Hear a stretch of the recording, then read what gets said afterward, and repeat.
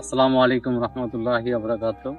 আপনাদের দোয়া এবং আল্লাহর রহমতে এবছর আমি আবার ফুলের বাগান শুরু করছি। বিভিন্ন জেলা থেকে 20 থেকে 22টি ফুলের সংগ্রহ করে এখানে রোপণ করছি। ইতিমধ্যে একটা শেষ হইতেছে, একটা শুরু হইতেছে, এইভাবে কন্টিনিউ আমার এই ফুলের বাগানটা সারা বছর থাকবো।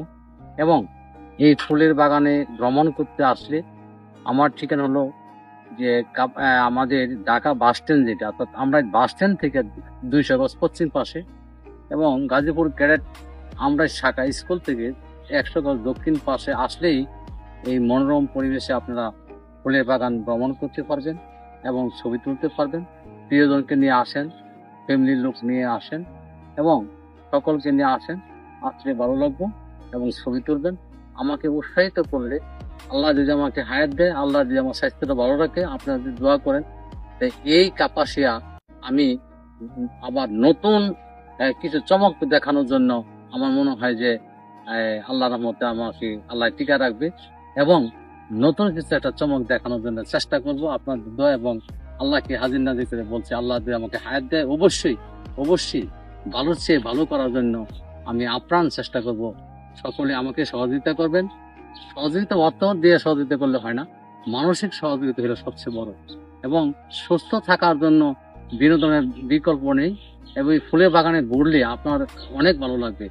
যেমন এটা হলো কোরের ঘর, গরিবের আশ্রয়। এই কোরের ঘরের নতুন কিছু কালার করার জন্য চেষ্টা করছি। এটা হলো পাতলা, আপনারা জানেন, সবাই নাম জানেন।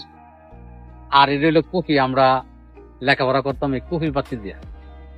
এটা হলো হোপা, গরুর মুখে দিয়া বিভিন্ন জায়গাতে মানুষে ক্ষেত চইতো, হাল চাষ করতো।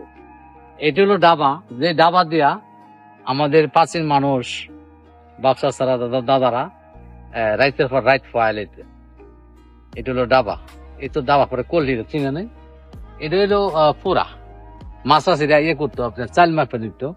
আর একটা চমৎকার জিনিস, যদিও কারো কাছে অচমৎকার লাগতে পারে, এটা হইলো আজি ছড়া নারিকেল তেল মাছ থেকে আইনা দিতাম, তারা এটা মাথায় দিত অল্প, এটা দিয়া এটা বাজার থেকে মাছ পাইনাতে। এটা শতকরা 80% আজি ছড়া করে উপরে আনতে পারেনি, কারণ অভাব ছিল দেশে। এটা হচ্ছে মাতলা, অর্থাৎ মাথায় দিত। দেখেন একটা ইতিহাস আছে, ইতিহাসটা হলো করুন ইতিহাসটা হলো আমরা গ্রামে একজন লোক মুক্তিযুদ্ধের সময় মারা গেছিল, তার নাম হচ্ছে আব্দুর রাজ্জাক। লেজ্জা বলে জানতো, জানতো আর কি মানুষে। এটা যখন বদ্দারা ঘাস কাটতে গেছিল, পাকিস্তানিরা বলছিল